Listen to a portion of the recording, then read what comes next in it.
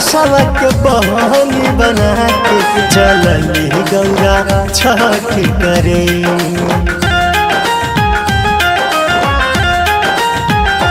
काचे बसवा के बहानी बना के चलली गौरा छठ करे। काचे बसवा के बहानी बना के चलली गौरा छठ करे। छठ करे गौरा छठ करे, छठ करे गौरा छठ करे। गणपति माथावा पे दौरा उठा के चलली गौरा छठ करे। काचे बसवा के बहानी बना के चलली गौरा छठ करे।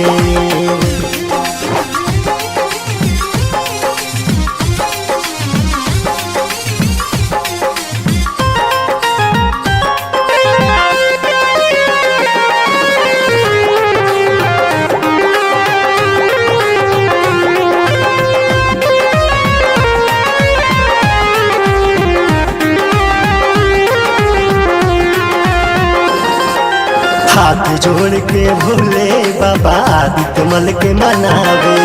आदित्य मल भी सेवा खातिर दौड़ल दौड़ल आवे।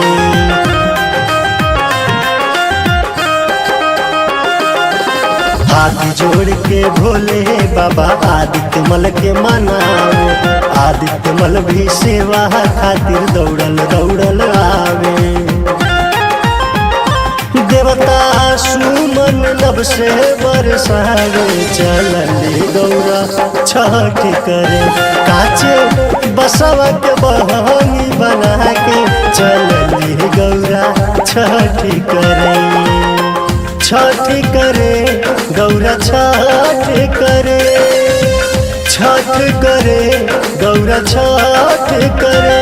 काचे बसवा के बहानी बना के चलली गौरा छठ करे। काचे बसवा के बहानी बना के चलली गौरा छठ करे।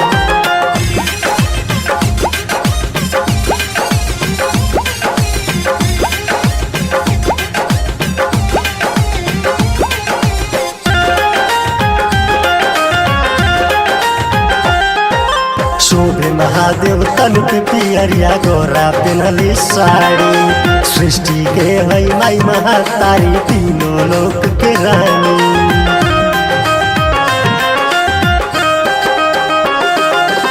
शोभे महादेव तन पे पियरिया गोरा पेनली साड़ी। सृष्टि के हई माई महातारी तीनों लोक के रानी। उहे जल बिच पौआ के डारी चलली गौरा छठ करे। काचे बसवा के बहानी बना के चलली गौरा छठ करे। छठ करे गौरा छठ करे, छठ करे गौरा छठ करे। आलोक राज जयकारा लगा के चलली मैया छठ करे।